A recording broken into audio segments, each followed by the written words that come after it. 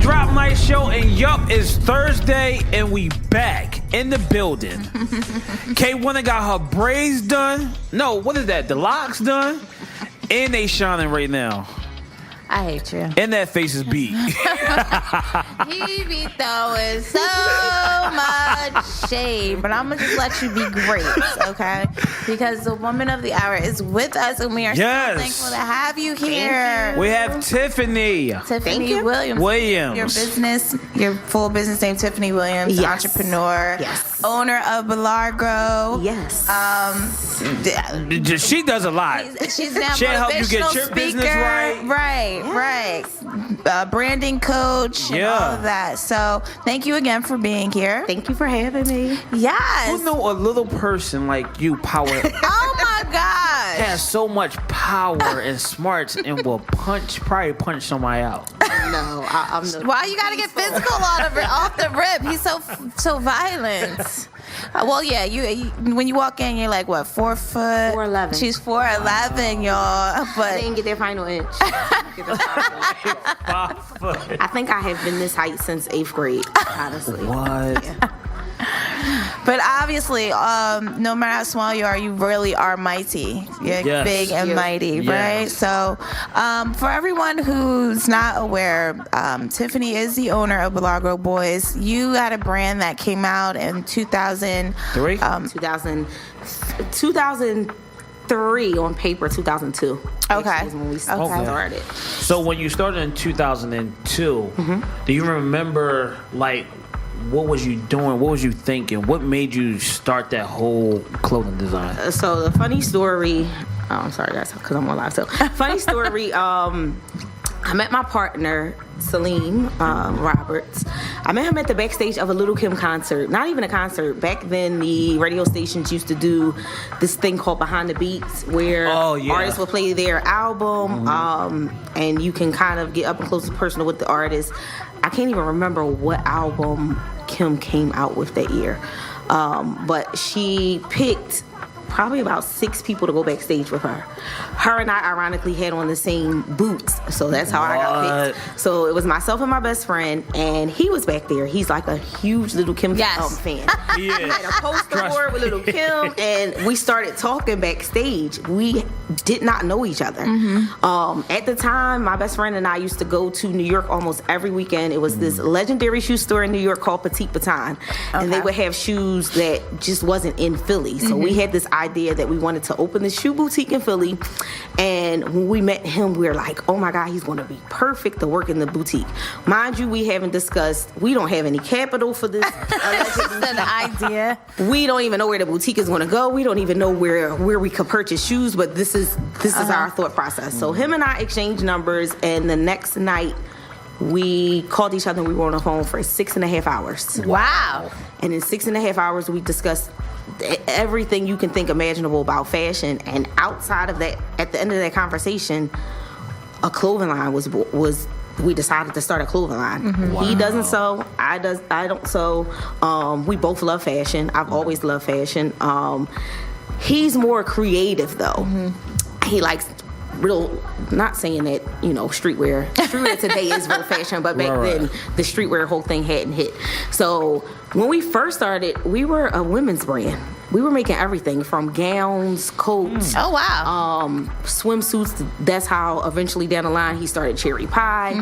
But Largo, what it is today, is an accident, I like to tell people. We got, when we first started, a lot of people don't even realize that Big Business, who I put on my page today, he's been around since the beginning. That's a really close friend of mine. So he was there when we first started the brand, and kind of when we first started Bellargo, it was the 3 of us. It was another, shout out to Ebony Duke. She works for my Philly. Okay. She was around back then. She had like a modeling agency called Elle Taylor, and what we were known for is just having beautiful girls popping up at the parties and doing all of these fashion shows. We were not making any money. I will be the first to admit that the clothes were horrible when I look back. Really? Like our first designs, they were horrible. literally our first week of starting the brand, a friend of his, Anthony Henderson, who still works with Philadelphia Daily News, he does this. Yeah. He had been doing this fashion show every year. He gave us our first opportunity to do a fashion show. I've been always a person that believes when you get an opportunity, you never turn it down, even if you're not ready. Right. You don't know if you're going to get the opportunity again. So when he asked us to do a fashion show, we didn't even have, it's kind of like a She by Sheree kind of moment. Oh, wow. So we literally had 2 weeks to kind of whip some things up. Salim's close childhood friend sold. She made us like some random pieces. We did this fashion show. Nobody even noticed that the clothes were horrible because the girls were drop dead gorgeous. And that went on for probably about 2 years, and then we became again notorious for like doing these fashion shows. It was more like a party kind of thing I would say that was going on. And in about 2004, 5-ish, someone wanted us to do a fashion show, and Gilly the Kid, who has been a long time friend of mine as well, they wanted us to put Gil in the fashion show. We didn't make any men's clothes. The quickest thing we could think of to make was a t-shirt. That's how Bellargo Boy started. Wow. We made that t-shirt literally just for Gilly to wear for the fashion show. We never planned to go any further with it. We were still in our brand, And so after that fashion show, it kind of took off because Gilly was in it, and Gilly guys was in it. Then people started asking more about it, and then while Salim is super creative, I have always been very, very much so business. Right. That was the first article of clothing that I seen that someone was willing to actually pay for. Right. Was interested in. So we decided to. I think like that week we both took about $250 a piece out of our paychecks, got some shirts printed up. Initially, still people seen Gilly with it on, but it still wasn't an instant thing. So I know a lot of people in the city. I have always known a lot of, like the socialites, different at that influencer at the time. Right. That's what they became to be. So all the guys in the city that I knew that was quote unquote influencers, I was on every corner in the city pulling up on guys like, hey, I have these shirts out of the trunk of the car. Out of the trunk of the car. Can you do me a favor and wear it to the next party this weekend? And back then there was no social media. It was MySpace, and MySpace was just picking up. And it was Nightlife Link. If you made it to Nightlife at the party, I do remember that. It was black. It was multicolored. It was like blue, yellow, and something green, at the bottom. You made it on Nightlife Link. That was our equivalence of Instagram back then. My goal every week was to get the hottest guy in the city on Nightlife in a Bellargo Boy shirt. And I remember having to, like, a lot of guys was like, all right, so if I do you a favor, all right, I don't really want to put, I'll put it on. It became those same guys, like I'll say that went on for maybe about a summer, and then it just hit. And I remember guys that I used to have to beg to come on, to put the shirt on, was calling me like, yo, let me buy 10 shirts. Wow. So now every day after work for the next 2005, I didn't open my first boutique to 2012, so that tells you. Wow, for that long. After work, every part of the city, sometimes to 2 a.m., 3 a.m. in the morning. So so you guys were hustling. It kind of happened on an organic mistake matter or what have you. Right. Or just, I like to say, the universe forcing you or, pushing you into it. And you, like you said, jump into the opportunity. So you do that for a while, then you get your first spot. But how were you still making the shirts? You were just flipping it, like whatever amount of money. What was the hustle? Money, so, I was flipping it, but not, I really, and I tell people even now with my business coaching, it didn't become a serious business to me until we got the store. Because with me selling shirts out the trunk of the car, I still had a full-time job. I was making still great money at work. We don't have a business account. We incorporated from day one. So our paperwork was straight. We just never opened a business bank account. I'm doing a whole bunch of cash business. So in a day, I might ride around the city and sell 150 shirts. The money is in my pocketbook.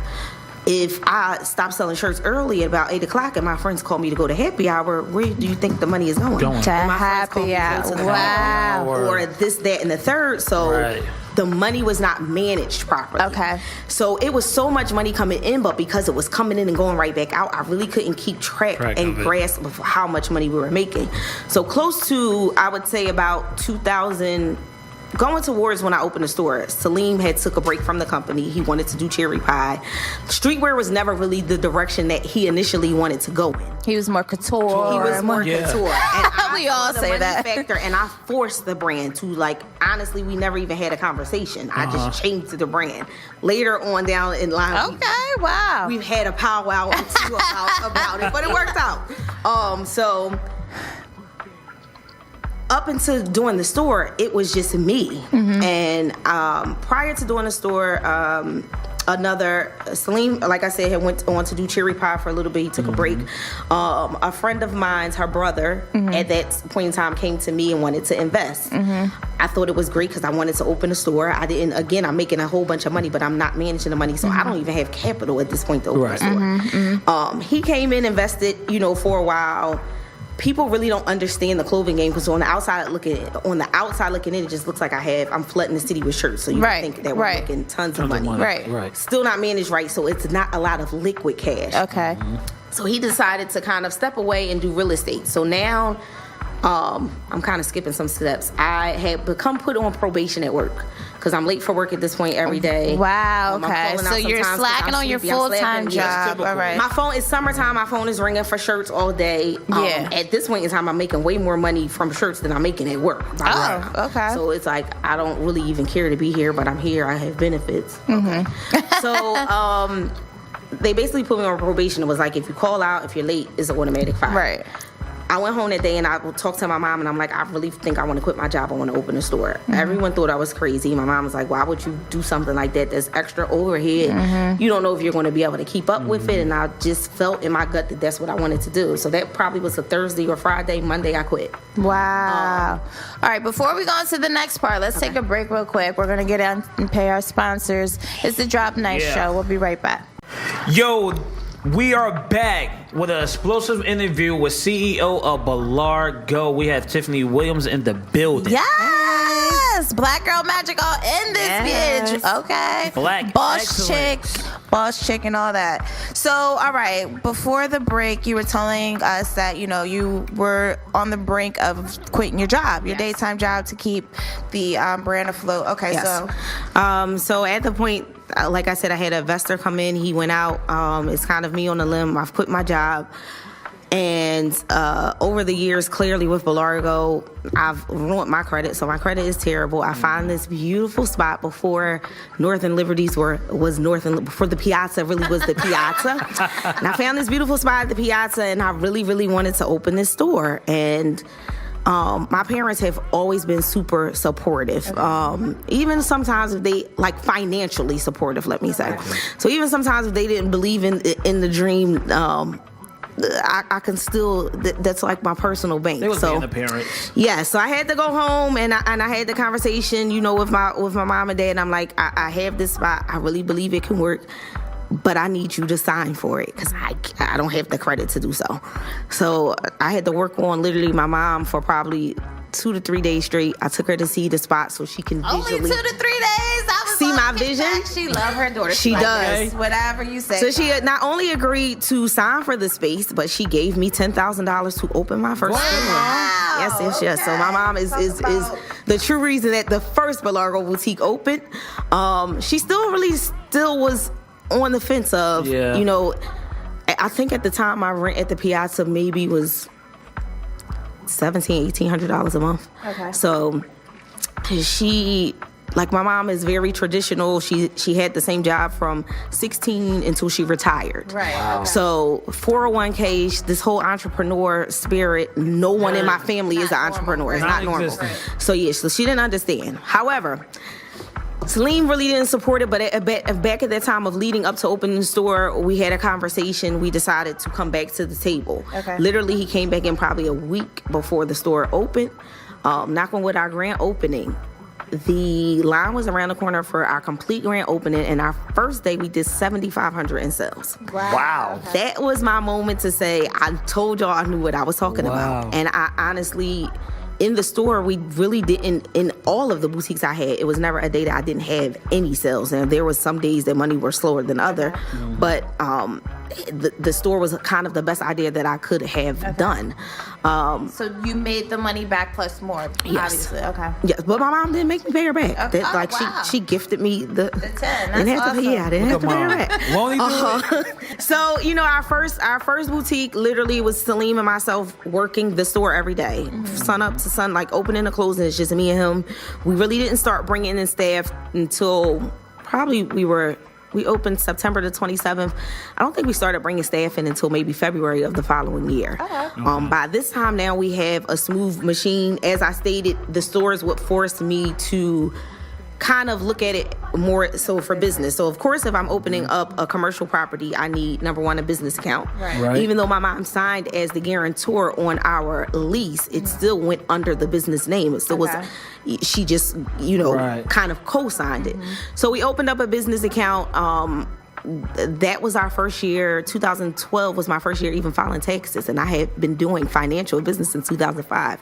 Got an accountant. He did all of our back taxes, and I was surprised to see that when we did our first, and the only reason I talk numbers is not like a brag thing. It's just that people, you really in business have to have your business straight, because you could be cheating yourself and missing money. Right. So our first year of 2012, and this is just money we can count. So this is money from September the 27th, literally to December. On paper, in sales, we had made $88,000.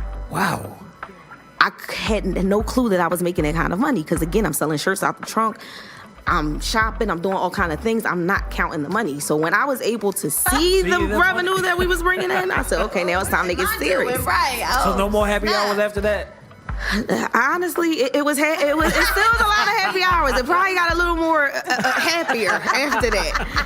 So, we were in that space for half a year. We outgrew that space very fast. Then we moved across the street from our first store into a bigger space in the Piazza. It was probably 2013, 2014, Piazza started to change. Okay. Now, if anybody's familiar with the Piazza, originally Soul Control was there, Darlin's Diner, you had PYT. Oh, yeah. Soul Control leaves, Darlin's is about to close, PYT is closing, it's becoming more food, it's not really shopping. We're kind of off in this corner, so before I had prime real estate, if you ride down 2nd Street, you see us. Right. Now we're in this walkway. Even though we had a big following and people would come to Bellargo, definitely traffic has changed. Right. Dynamics of even Salim and my partnership changed, because the saying more money, more problems is true. So now, money is coming in. We're both really young. When we first met, we started at 20. You're okay. So 20 years old. Wow. Yeah, so you guys, did you ever go to school? No, I went to Temple. Business was my minor, psychology was my major. I did not complete. I dropped out in my second year of Temple. Okay. I was just like school. It was traditional to do. My brother has his master's degree. Everyone in my family went to college. So when we got out to high school, it just was normal that we're paying for you to go to college. But school was just never. The thing, the entrepreneur I'm not the spirit traditional school really person. Go to school. Like we find a lot of entrepreneurs, like your Steve Jobs, your Puffy. Yeah, they never really. Jay-Z. Honestly, I always tell people, entrepreneurship, I don't care how much school you have, it is something that is I just feel like traditional, and I'm not telling anyone not to go to school. Always try to further your trade, whatever it is that you want to do. But entrepreneurship, it's a different animal. It's not something that traditional schooling can teach you. At all. It's really something you learn kind of on the cuffs, or another entrepreneur would have to kind of prepare you for it. Right. Got you. Okay. So you're making moves. You got the stores going. What was at some point you were in other stores? Like yes. So Sneaker Villa. You're in this. When we're in the second store, our first. Way back before we even got in stores, let me shout out to Mesquite, the original streetwear brand from Philly. Mesquite. We have to pay homage. Wow, they have always been great Yeah. advisors for me, even when we were first starting out. That was actually my first store in Cheltenham Mall. They had a store called Camouflage. That was our first placement. Yep. 2000, when we're in the second Piazza location, it was a store on South Street, The Vision. They're still there. He was our first wholesale account. He actually sent a customer of ours delivered his number and was like, the guy on South Street is interested in wholesaling. I wasn't even thinking about wholesaling because we're making, so much money out of the store. So it was a point in time we began wholesaling to him. And luckily, as a small brand, stores at that time was other brands and stores, but they weren't wholesaling. They were doing consignment. So pretty much you had to put your money up, put your product in the store, and hope that the money returns. Right. With us, we're getting paid for the product up front. And the vision at the time, his orders are anywhere from 200 to 500 shirts a month. Wow. And that's still not putting a dent into the numbers that we're doing at the store. What did you learn about manufacturing through all this? Because I'm just like, that had to have been a whole other right there with all this volume. With all the volume. Surprisingly, manufacturing, it wasn't, it's t-shirts at the time. So it's not like we're getting, t-shirts made from scratch. We're buying blanks and you're printing on blanks. Okay. Luckily at the time, my printer is damn near exclusive to us. Okay. He's only doing us. He really only has time to do us, and he doesn't care that he only has time to do us because we're flooding him with so much volume. He doesn't care that he's not doing anyone else's stuff. Okay. So we're in the vision. Things are going good. It's even with them being on South Street and us only being on 2nd Street, it's still not slowing our momentum. Both stores are able to make money. What I did learn to master with him is whatever colors he ordered in that month, I will make sure I did completely different colors so we're not in direct competition with each other. Got it. Probably the summer of 2015, we get courted by the owners of Dr. Denim. Okay. They are calling our 800 number for like 2 weeks trying to get in touch with us. Then the owners come to our store physically. Wow. And they're like, we would like to have a meeting with you guys. What do you think about leaving this space and coming to our 2nd floor? The ironic thing is we were looking to get out of that lease. Okay. We wanted out of the space. That space, people probably never even knew that space we went, Salim and I, for our first time ever in business, we both went on a vacation. It was Floyd Mayweather weekend in Vegas. While we were both away in Vegas, someone broke into the store. So now it's security issues. I just really don't like the space. We want to be out of the space. Wasn't trusting the space. South Street is legendary to be on. So he gave us the opportunity to be on South Street. So I'm like, okay, let's hear him out. Now, going into it, I'm leery because there's always have been this myth or hood tale about the Dr. Denim and Mesquite deal. So I'm hesitant about doing. You're friends with Mesquite. Friends with Mesquite. Been your mentors. Yes. So they were telling you. No, they have not. Now, honestly, I never got it from them. They never have spoken anything about the deal. Wow. Never spoken ill. I have to say that with them. But growing up in the city, you have always heard different things about this deal. Right. So I'm nervous because not only do they want us to move in the store, they want to talk about coming in on the business. That was their whole point. Some part of points and ownership and all that stuff. They wanted to buy into the business. So we agreed to move into and here you are, this young black girl from Philly. They are where's their national? They are Israelis. Israeli businessmen. Yes. Really, big money behind them. Let's not play around. Yes. Okay. So you were leery, but you do it. We don't do we move into the space because we're in the process, in the talks, and how they kind of, I don't want to say finesse, but how they romance us is like, while we're figuring out, just move into the space. So we move into the 2nd floor. Simultaneously at this time, the Vision is their direct competitor. Dr. Denim and the Vision now competing. So when we decide to move into there, the Vision is pissed. He pulls our account. Wow. So that money is off the table. But as soon as he pulls our account, again, shout out to Mesquite. They are the person who introduced me to Villa. Okay. So we have a meeting with Villa. Villa off the cusp gives us 6 store placements. Okay. And again, this is wholesale, no consignment. Right. So they're like, okay, we're going to place you in 6 stores. They do an order for 6 stores. Also, the guys from Mesquite, they then take us to Baltimore, introduce us to another. It's kind of like a sneaker villa. It's called Shoe City. Okay. Introduce us to them in Baltimore. They give us 3 stores. Wow. So now I'm 2nd floor of Dr. Denim. because they're trying to do a partnership, we're rent-free. Mm-hmm. And I'm in 9 different wholesale locations, and we still have a strong customer base. Second floor of Dr. Denim, if anybody has been in there, is huge. So we go from having to fill our store to now having to fill what would be the equivalent of, if I'm trying to fill like not a floral Macy's, but a huge space. So now I honestly still, even though we're making great money, again, with us making a lot of money, we spend a lot of money. As the money came in, I thought it could go out. So we still don't have a lot of liquid cash. Big business, Greg Parker, who again is a friend of mine, I tap him. Number one, he does construction. I need somebody to help us fix up the second floor. 2, I have to flood this with, inventory there is looking like close to 1,000 pieces a month to even look halfway full. So he came in, saved the day. Another investor. He puts the money up for us to, get the store opening. We have this amazing grand opening party. Where did you get the skills for the deal? Like all this negotiating and stuff. How did that just come to you, or did you? I have always been able to get to separate people from their money. I'm good at it. Honestly, she's good at that's a skill. That's a skill. That's a real skill. Yeah.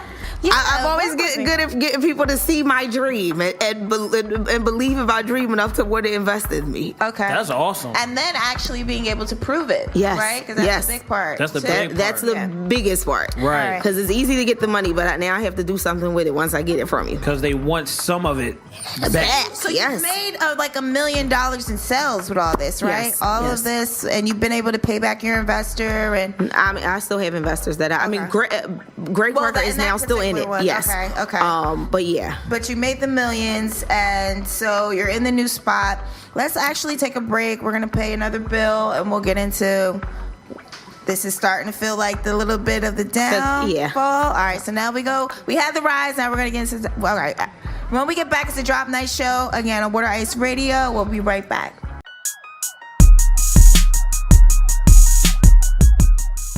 It's the Drop Night show, everybody. I'm your girl Kay Wonder with my co-host Sean Beasley, and we are going to get back into this really dope interview with Miss Tiffany Williams, who is the owner, CEO, founder, entrepreneur extraordinaire of Bellargo, the brand, the fashion lifestyle brand. I'm in awe right now. Yeah, it seems like it's a lot. To not know this information, it's like, wow. Yeah, it is. It's a lot. And again, you're doing this all off of the muscle. You know what I mean? You're just going.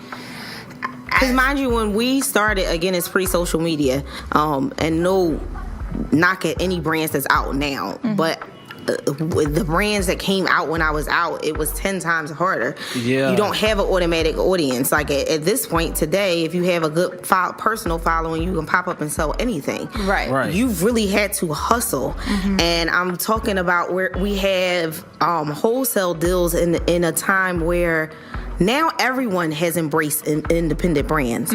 But I'm speaking of wholesale deals when we're still in the era of people only wear high fashion. The stores are not, they might co-sign, let you do consignment, but they're really not giving you any money up front to have your product.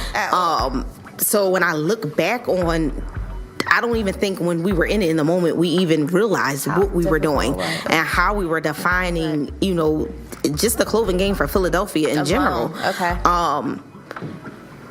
But everything happened so fast, and as much as, like I said, as much as the money was coming in, it was never an issue with Bellargo of us not making money. The money was always there. Now, did we always manage the money right? No, because again, we're in our 20s.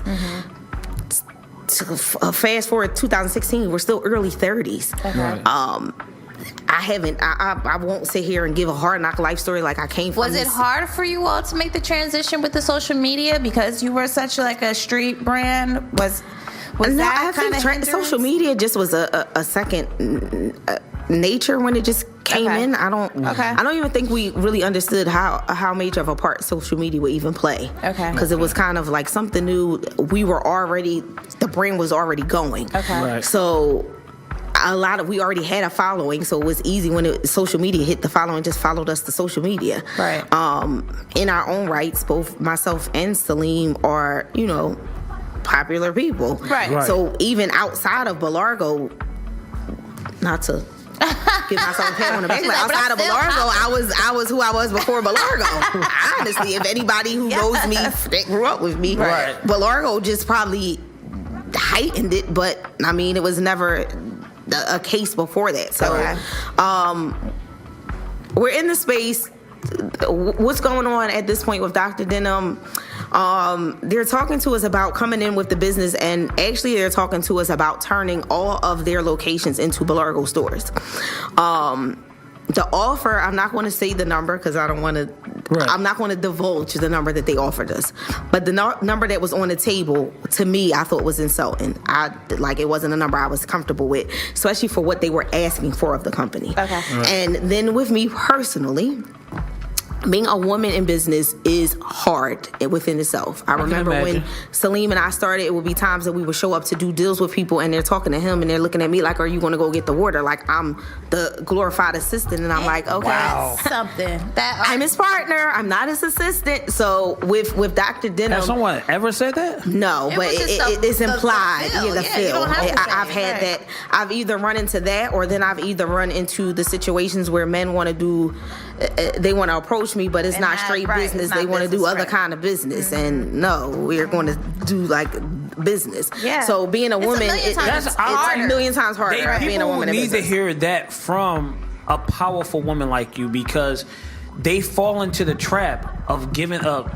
that to these people for a check, basically. No.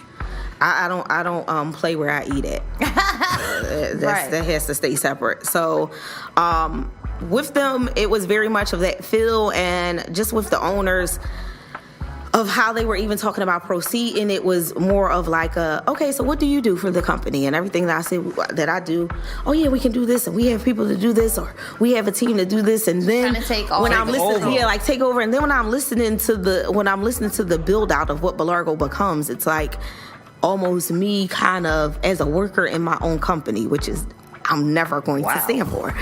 The other thing that was a solid no for me is their plan with Bellargo was kind of dump money in, build the company up, and sell it. Because in their head, streetwear, urban brands, as they called it before this whole streetwear hit, urban brands have a shelf life. Urban brands don't really go long. An urban brand will never be Polo. I am one of these people who, I might not be Ralph Lauren, but damn it, I'm going to die trying to be him. Why can't I be Polo? Right. Why does an urban brand have to have a shelf life? Because if you're going to offer me $10 million about a company, then that means you see that you can make 100.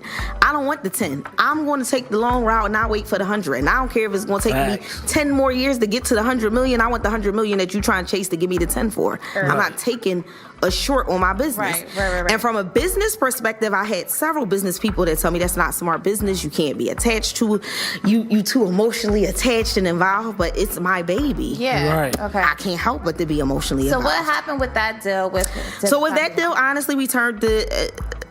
Celine wanted the deal, very much so. My Greg at the time, who was in as an investor, was willing to go whichever way we wanted to go. All right. I was at a solid no. Okay. So I mean, we're partners. One can't do it without the other. Right. So when it got to the point that we're at a solid no with them, now they're pissed.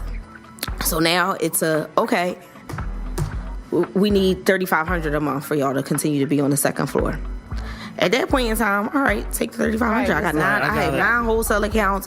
We're still making great on an average day on South Street. We're making probably $10,000 to $15,000 a day in the store. So, and this is shirts, y'all. Yeah, take the Jesus Christ. Take the $3,500 a month. Is what I'm saying. Okay. But then with that became turmoil in the company. Okay. Salim at that point, and he'll be honest, if he's watching, we've had the conversation, he had resentment of turning down the deal because he felt like I didn't consider what anybody else wanted to do. Which, looking back, a lot of the business decisions I made was just the best ones. The best one, but I didn't really consider it wasn't in a partnership. It's hard having a partner, so I really didn't. I made a lot of decisions for Bellargo just based off of what I wanted to do. Right. I kind of started moving in Bellargo as if I was a solo owner, but I have partners. I have an investor. I have other people that needs to be involved. So it became friction with that. It became a time with Greg. Again, we're personal friends. Yeah. But now he has money in the company. So he has his way that he does business. I have my way that I do mine. Wow. Right. We're butting heads, and it's more with me. I will be the first to admit Tiffany is just a whole nother person at this point. I have friends, and one of my friends is watching. She always used to tell me, I love Tiffany, but I hate Miss Bellargo. And I couldn't understand what people meant by that. Like, what would you mean? Miss Bellargo and Tiffany is the same thing. Not even the business. It became a time that I couldn't see it, but Miss Bellargo did become another person. And she was very much selfish. Money was coming in. Honestly. You had two identities. So yes, but I couldn't tell that I did. So now you can differentiate. You know when you go into, okay. So with Greg, it became a point that he's like, look, I'm not going to ruin our friendship over no money. Okay. Right. Take what I gave you. When you get it back, come back to me. I'm off to finish doing my real estate stuff. Real estate is his first love. Right. So he steps out. Salim is in his feelings about not taking a deal. So he's out. He steps out. Okay. Now it's just me on this ship alone. Second floor of Dr. Denham. They come to us they come to me at this point. At this point, though, now I'm just the money is coming in. I'm not even in the store. Like, I've gotten so blinded by the money that I'm not even in my store every day. My boyfriend at the time lives in New York. I'm probably in New York 4 to 5 times a week out of a 7-day week.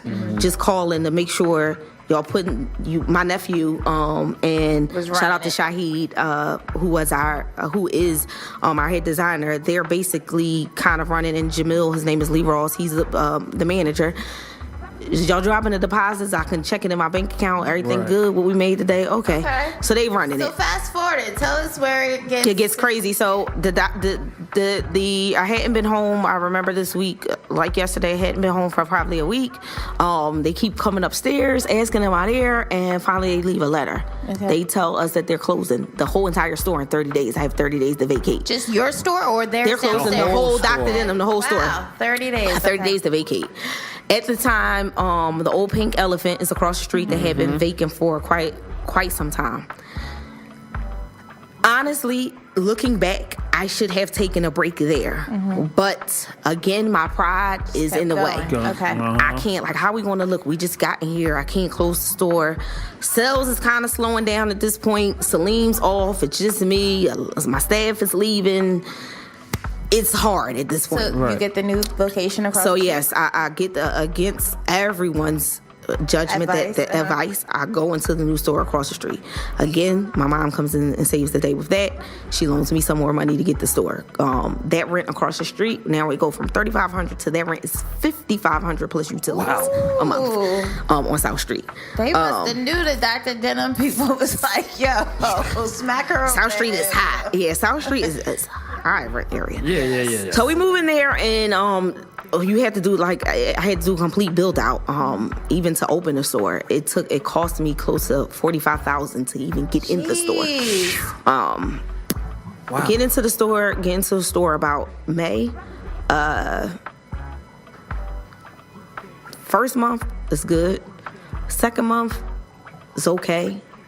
We hit July. Business South Street is a ghost town.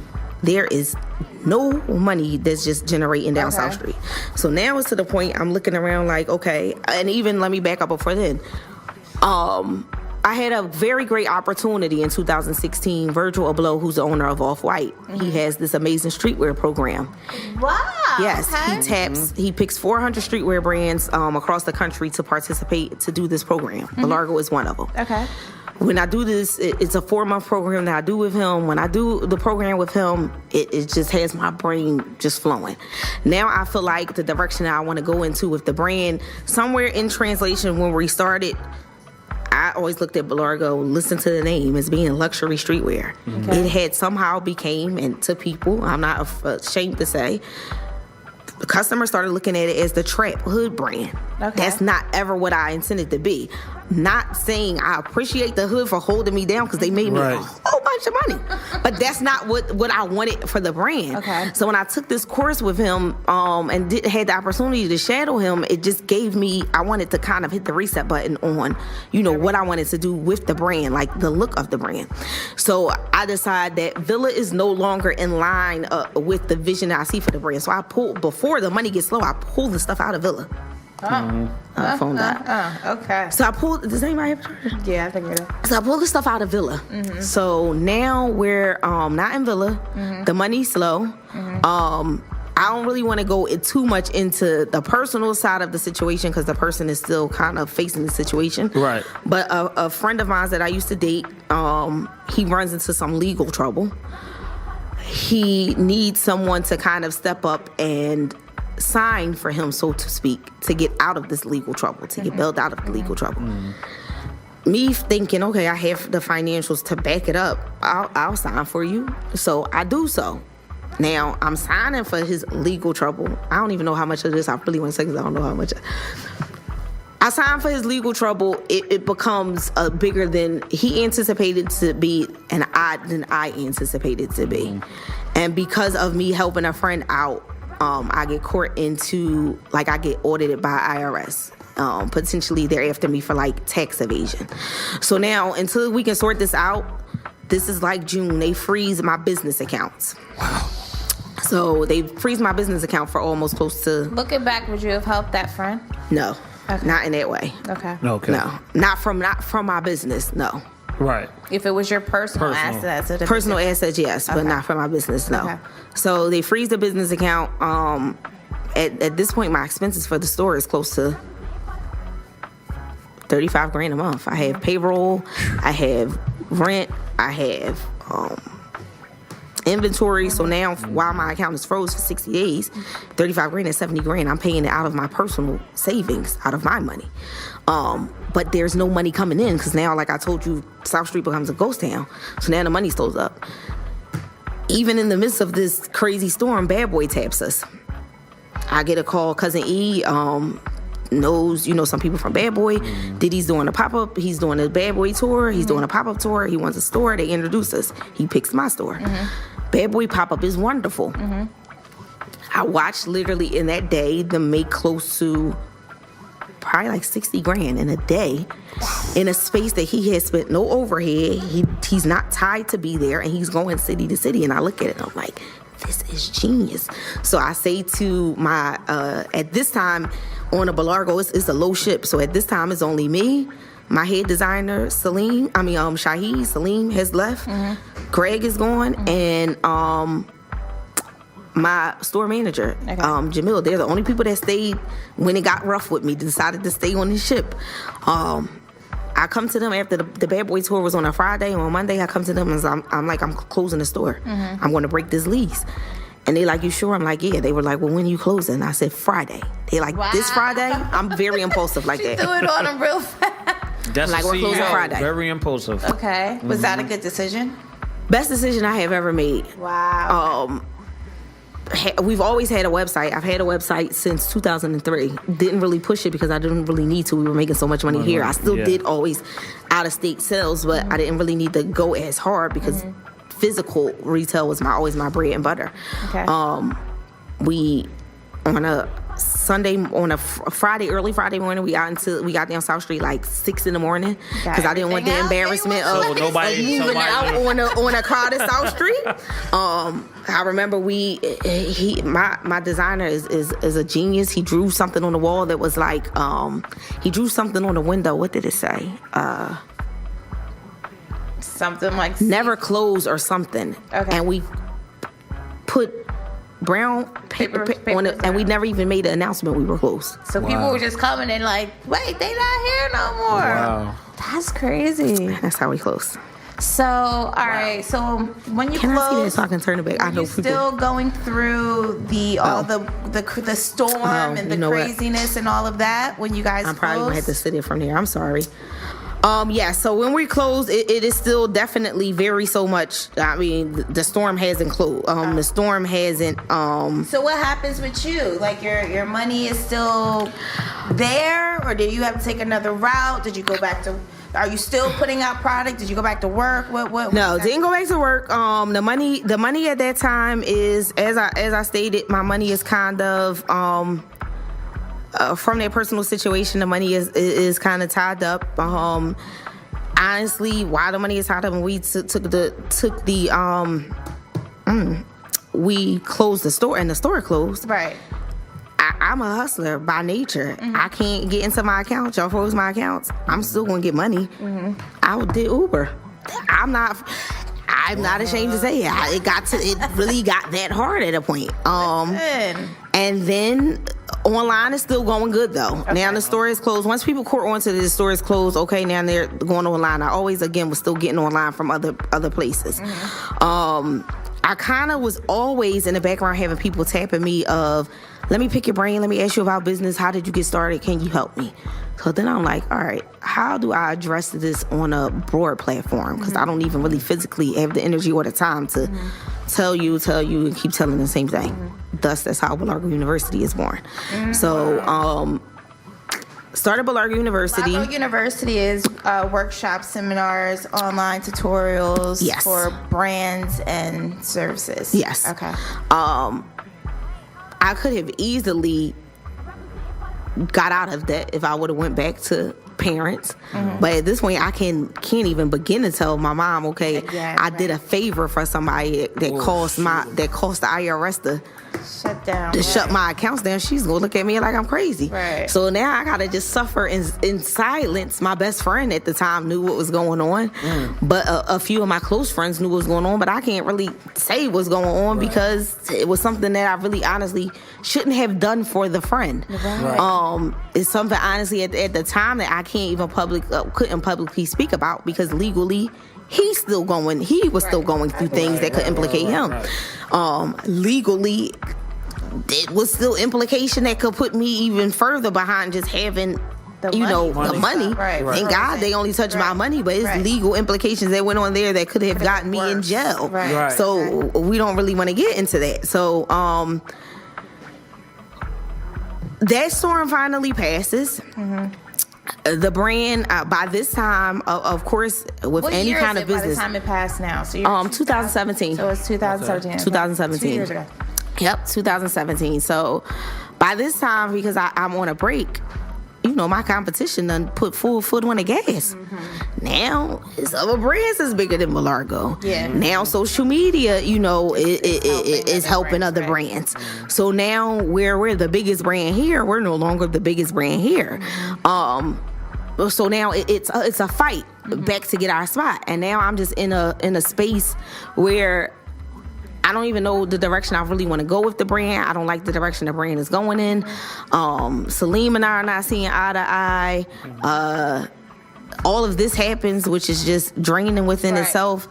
I'm in a space where this is not really for the first time. I was saying, how long have we had this? 2017, 15 years. I just don't want to do this. Like, so that's the space I'm in. So I need a break from it. I really need a break to regroup. Go ahead. So what about some of the celebrities that was wearing Bellargo? Was there a point that you wanted to reach back out to them to wear your clothes? The crazy thing with the celebrities, and nobody will probably ever believe us, but Celine will back us up. We've never had public PR. We've never had paid placement. A lot of the celebrities either heard about us from other people and approached us. It has never been a thing of where we had packages and products and we targeted celebrities. Later on in the brand, when social media hit and I understood the influencers, we did have 2 brand ambassadors. Shout out to Mr. Ruggs and Dean at the time, who was with Dream Chasers. Because I started understanding how this influencer thing worked. But prior to them, they were coming to you. Yeah, I had the celebrities knocking on our door. They asked us for stuff. The street is popping. Everything's popping. Yeah, we didn't have to solicit celebrities. Yeah, I like that. So let's get into a break real quick. We're going to come back and we're definitely going to wrap up this show and get into where you're at now, where the brand's going. And I have so many things that's going on right now. Horizon. Yeah, we definitely want to get into that because it's been a wild journey for you guys. Yes, it is. Especially for you as an entrepreneur. So we'll be right back on Drop Night Show on Water Ice Radio.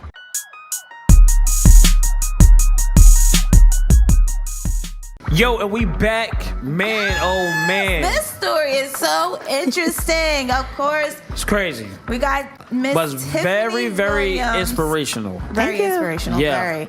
Tiffany Williams, the owner of Bellargo, the fashion brand. Also, Bellargo University. Bellargo University Yes. as well. Yes. She gives workshops, seminars, online tutorials for brands who are trying to learn what it takes to be successful. Yep. So, all right, now we've seen that all that happened. You know, the rise, the fall, now the rise again, and Yes. it's like a phoenix throughout the ashes. I feel like. What is the plan now? What is the vision for Bellargo, and how are you executing it so far? So now with Bellargo, the brand, Greg and I actually just announced today that we are relaunching. He's back in we've seen full that time on as a social partner. media. Yes. Awesome. Definitely the new Bellargo people will be. I mean, Bellargo boy, I couldn't get rid of if I wanted to. Trust me, I have wanted to because it's like our oldest design. But it's like my polo horse of the collection. But the new Bellargo, it looks nothing like the current Bellargo. It's more lifestyle streetwear, more luxury, higher end looking streetwear. I mean, I'm still going to appeal. Brands that you could compare it to, like back in the day. Like, did you have any inspirational brands that you were like, oh, would take? Not from back in the day, even, maybe. like, here, or I mean, my biggest inspiration is still Virgil. I love anybody who knows me knows I love Virgil.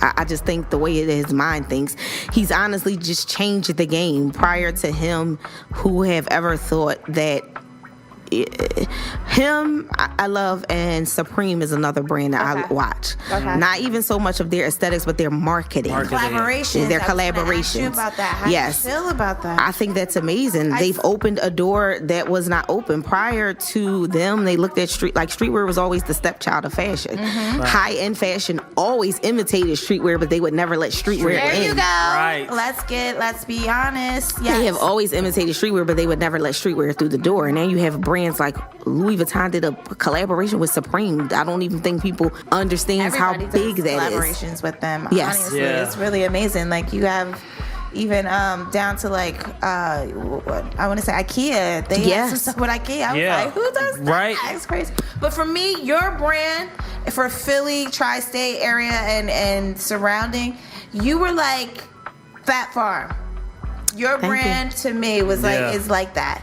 And you know, Fat Farm had their whole, we were their streets, everybody, you know, then they had their girls section, then they had this, and then they just branded off. So I feel like that to me was what Bellargo is like. And I mean the new focus is definitely men's has always been my heart and my near dear, and people always will question that because I'm a female. Fun fact, I was a tomboy until probably 11th grade. I dressed in boys' clothes. I love men's. I just love the aspect of, I love how men shop. I like doing men's clothes traditionally better than I like females. If I was ever to do, when we decide to do, I'm not going to say if I was ever, because we will do females clothing again. But females have to be, for me, what I would want to do with female needs to be like ready to wear. I don't really want to do athleisure, and honestly, the way we were doing females before, I'm realistic. I'm probably my biggest critic. So I would look at the shirts and say, okay, clearly I have to sell the Bellargo girl shirt the same price that I have to sell it for a guy, because the only difference is it says girl or guy. So I would be cheating the guys if I let the girls go for cheaper. Right. But me as a female, I will be honest. If I was not the owner of Bellargo, a Bellargo girl shirt is nothing I would ever spend, that I would have spent my money on, because I mean, I can get a cute shirt out of Forever. The girl market is so different. I can get a t-shirt out of Forever 21 and spend crazy money on jeans, pocketbooks, and that kind of stuff, and still have on a $10 t-shirt. Gotcha. That's not where I see females spending their money at. Gotcha. Men, however, I would have guys that would come in at 12 o'clock and buy a shirt, and 5 o'clock the same guy is in there for the same exact shirt. He spilled something. Their way of shopping, the way they dress is just completely different from women. Oh, wow. So not from even a financial standpoint of why I want to stick with men's, I'm just fascinated by men's clothing. Okay, yeah. So now the new Bellargo, although it is geared towards men, it will definitely have a unisex feel, because like a lot of girls now are still wearing men's streetwear. Right. That's kind of the lane that we're in. I do see us definitely at some point going back to, like I said, adding a true females component back in it.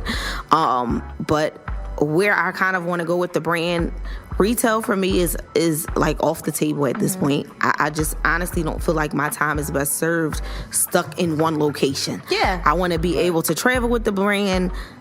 Website is low overhead, is electronic money. I make money in my sleep. I wake up and it sells. Right. And all I have to do is ship. That's what you want to do. That's what I want to do. It's the easiest thing ever. I don't have the hassle of worrying about staff. Is somebody calling out today? Did you come in? Is the store clean? Did you fold? I don't have any of those worries anymore. So I love online.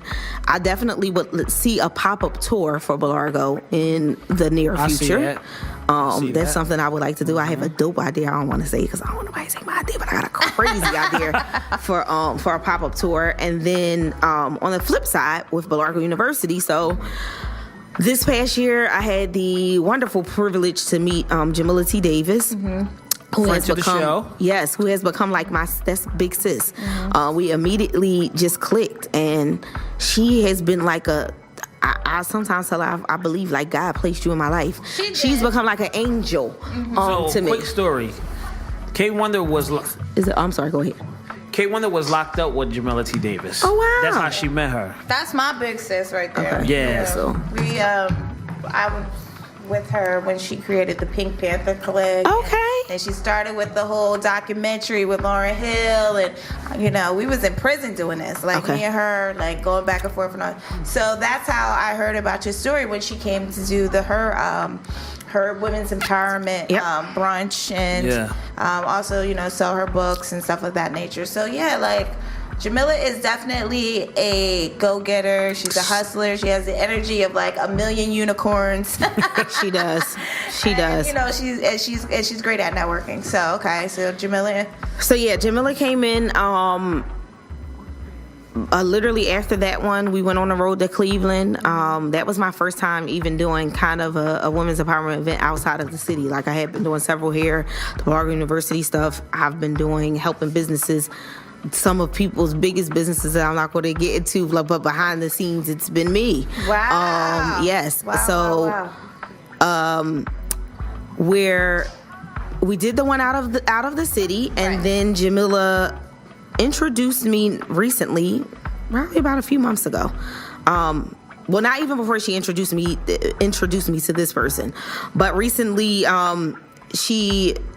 her mind just thinks in a different way. Yeah. So Jamila has the idea of, she's like, I really feel like you can teach this in other places besides Bellargo University. Kind of when she met me, she had already heard my backstory. She felt like the city had abandoned Bellargo. The city kind of, turned their back on me. They and go Jamila, on to the next Jamila hottest is thing. one of the people who she's always rooting for the underdog, and she was like, I just want to see you get back to your spot. Like, I felt like you were the originator of it, and I felt like, when you had your fall, I feel like people didn't support you. I want to see you get back. So how can I help you? And for her being so genuine of someone Philly is rough, number one. We're standoffish with people. I've never met new people that really genuinely just wanted to. That? Is that so true? We are. We very standoff. Philly doesn't. That's facts. We do support Philly. They did support me. They supported me so long, but when the fan, I watched a lot of people turn their back on me. Like outside of my real day ones and my core friends, I seen a lot of people. I'm sorry. I seen a lot of people give up. I seen a lot of people, like, oh, she ain't popping. Like people that would be beating my door down at sometimes. Like people got real funny. Want to go where it's popping. People got funny. That's the funny thing about our culture. Yeah, we just gotta stay where it's hot. You know what I mean? And I get it, but there's so many dope brands that are like, that they don't even know about. And then when they get onto it, then they're the new popping. The ironic, the other thing that I learned too with late with shit, if you ask me. The other thing I learned with even the Virgil thing is, Bellargo hasn't even cracked the surface, even when I'm saying the money that we made. Compared to other brands, it's brands that's coming out of LA that's doing $1 million. Right. I'm talking about $1 million profit, not sales, their first year. Until I become an industry name, I still haven't made it to where I wanted to be. Okay. And again, no disrespect or shot at anybody else. A lot of it I've seen of people compare me to other brands, but we're going to keep it all the way 100. There's no brand that still has done what I've done. I'm going to keep it period. Like, I didn't want to say it, but Bellargo. Milano. We get compared a lot. Bellargo. Look, I just put it all together. That's a collaboration right there. Would you collaborate with her? I mean, I'm open to collaborating with anybody. She's the new you. I would say so. Honestly, no. No. I feel like she was the new me at one point in time, but I honestly feel like who has the city right now is Lavello. That's I've never been a hater. That's the best brand in the city right now. She has a great product. Is well put together. It's greatly manufactured. That is who I feel like is innovative, is different, it doesn't really look like anything else is going on. I feel like that is true. Philly's brand. Her and Milano, I would say, would be the top two brands in the city. And I used to, on the rise down, I would get so many people like, well, how do you feel about Meek with Milano? Or how do you feel about this? And what I would tell people is, my goal, I'll be 38 next week. Where? Turn up. 38 on Friday. And is we invited to the parties? Yeah, I don't even know what I'm doing for my birthday. But right now, at this age, my goal is not to be the biggest brand in Philadelphia. I've done that. Right. I want to be an industry name. Yes. I want to be Supreme. Right. I want to be Virgil. Yes. I want to be Off-White. I don't want to be the biggest brand in Philly. Yes. Honestly, looking back, I don't even want to be... I felt like that's what killed the brand. Right. It will be a time that I could walk in Powerhouse and there's 300 people with the same shirt on. I never want that again for my brand. Okay. And again, this is not a shot at anybody else. Okay. But I want more now of a higher end brand. I want an exclusive brand. I don't want you to feel like you spent my money to look like a billboard and look like 300 other people in the city. Looking the same. No, right. That's not what I want. And that's another thing. Like, okay, so we could go on and on and on. We definitely got to wrap it up a little bit here. So tell us more. You got the So I have Bellargo University going on. Jamila, where I was getting to, shout out to Jamila. She introduced me to Misa Hilton. If anybody who's familiar, Misa, yes, Puffy's baby mom. Justin's mother, yes. Misa, another heaven sent. Misa has the Misa Hilton Fashion Academy. I am now teaching a streetwear course under the Misa Hilton Fashion Academy. That's fall of 2000. Congratulations on that. Yes, and I am also the new communications coordinator for the Misa Hilton Fashion Academy. Wow. So I have that going on. I'm actually going to be doing some streetwear courses here, and I am actually teaching a course called Flip 101, which is a streetwear course in 5 schools in Newark School District, 3 schools in Brooklyn School District. We're hoping to bring it to Philly School District, thanks to Jamila. She just got 29 schools under the Harlem School District. Wow. So I'm out here moving on the back end. Yo, look at this. Look at this. And they can see all of this on your website. They will be able to see it all on my website. Yes, social media and the website. Yeah. Yes. What's your website? Actually, I have my first class in Newark. I'm so nervous. This Tuesday, the 15th, is my first streetwear class in the school district. Website is bellargoprj.com, BELLARGO, PIARGE.com. Okay. It's in my link in my bio. I'm Miss Bellargo on all social media, MSBELLARGO. What's Parjay? So, honestly, I'll tell people, when we first came up with the brand, me and Celine wanted a name that just sounded like really exotic. Bougie. And we didn't want you to be able to tell who was behind the brand. We didn't want you to tell if it was a man or woman, black, white, Latino, whoever. So we wanted something, too, that we knew if tomorrow we didn't want to do clothes, i.e. he has Bellargo Films, a name that can go with any kind of thing. Okay. And I think we mastered that when picking up. Yeah. That is. So that's what thank you so much. You're welcome. All right, I need to ask you this before we do go. Is there anything you want to just give our listeners and viewers who are in or thinking about, creating a street brand, just a little jewel of knowledge you want to drop for them real quick? Study the industry. The industry of streetwear has changed. It is a great space to be in, especially for streetwear, because now it is open to the higher fashion market. Think bigger than just having a t-shirt brand. Okay. Streetwear is so much more dynamic and diverse than that now. Make sure you have an accountant. Make sure you have an accountant. Make sure you have a business lawyer. money can come fast, but it can go just as fast. So don't get blinded by the money coming in. Just because you're seeing money, you're not Bill Gates. So I definitely would say going into it now, have a financial planner, have a business plan. Like, be on top of your business. It's never. Unfortunately, as an entrepreneur, it's 90% business. It's 10% creative. If I got to do the creative stuff I want to do all day, it would be amazing. But majority of my day is doing business. Okay. I mean, the majority of it, you really have to do good business. Pay the government. Give them their money. Don't try to get around them. Pay the IRS. That's a big thing. And overall, just believe in yourself. Okay. Yeah. Never give up. Believe in yourself. If it's something that you want to do, I'm one of those people. Again, I was telling somebody earlier, we were having a conversation with somebody earlier today, and I was like, I'm 50 Cent. I'm gonna get rich or die trying, or I hope not to die trying, but I'm not giving up. That's right. Don't give up. One question. Sure. Why do designers don't share their manufacturer? I don't know. I have been honestly coming into the game. If any, there's very few brands that are out now, and they can't say when they came in that they did not sit across from me and ask some questions or wanted to pick my brain. Some of the biggest brands out now. Wow. I have never been one of those people that like hoarded my information, because my thing is, what's for me is always going to be for me. you. So we can have the same manufacturer. That's like us going shopping together. We can buy the same shoes. You're not gonna rock them how I rock them. Amen. I'm not gonna rock them how you rock them. So I never got that. That is something that's very new age. I had to learn to become that way though, because I used to give out so many jewels, and then on the back end, it wasn't reciprocated.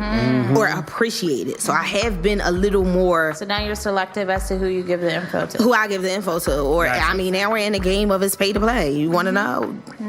I offer consultation. Right. But I mean, even with some people with brands, I'll tell them. I mean, that's to me, that's the equivalent of a person has on a Bellargo shirt and you ask them where they got it from and they don't want to tell you. Okay. You hurting the manufacturers, you stopping their money. So why wouldn't I want to put my manufacturer onto somebody else? As long as you're not making, you can't make the same thing as me because I have a brand. Stories of like, but with Bellargo, for instance, and she put it out there on the show that there was a confrontation between Milano and her because they actually at one point had the same manufacturer. And then it got kind of weird, but she was like, that was nothing, you know what I mean?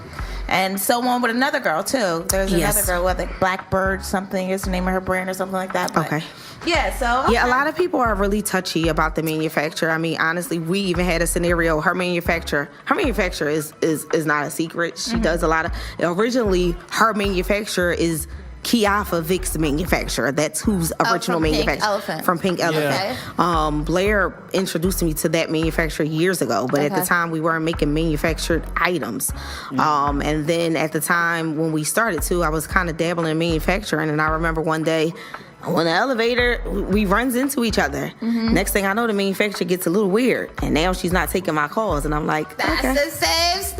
Because it came down to either you're going to do my stuff or you're going to do their stuff. I don't get it. It's super weird. I mean, some people feel like they got to protect their whole fort, and I get it, but at the same time, I still don't get it. Yeah, I don't. Like you said, the volume, how much, if you're making exclusive work and you need a manufacturer for that, okay, then buy that contract out. Here, you're exclusive to me, no one else. So no one else can even entertain you. You know what I mean? That's how that really goes. That's exactly. All right, so listen, thank you so much. Thank you guys for having me. This has been awesome. We definitely want to have you back because we definitely want to know more, about the brand and what you've done since, I have to get Greg in here. He's now, if you think I'm not Greg like a character. Is the big business. Realtor. I mean, he's a character. We would love need to talk to have him and his wife because they've been doing their thing. Yeah, his wife has started this a women's millionaire club. Wow. With Chrissy Lampton. That would be lovely. She has a big thing coming up. We would love to have them through here. Yeah. So, again, we want to thank you so much. Thank you. Check out the website. Let everybody know the website real quick. Again. Bellargo, PRJ.com. Honestly, if you go on Google and just type in Bellargo, it comes up. Yeah, surely do. Definitely. And all the success in 2019 and on. Thank you. Right? It was an amazing show. Everybody, we'll be back next Thursday. Yeah. Again with who do we have Thursday? Well, you'll find out. Matter of fact, it's a designer that that works with you, I think. Shahid? Mo? He makes the What is his name? We're gonna be all day trying to figure that out. So we'll be back on the Drop Night Show. His brother is the guy, the sneaker guy. I'm sorry. What's your friend, the sneaker guy that works for Nike? Munch brother. Oh, school. Silencia Madru. Yeah, we have him next week on the show. Okay, yes, that's family. Yeah. Yep. So we're gonna wrap it up. It's the Drop Night Show on Water Ice Radio every Thursday at 8 p.m. and we will see you. Thank you guys. Yeah.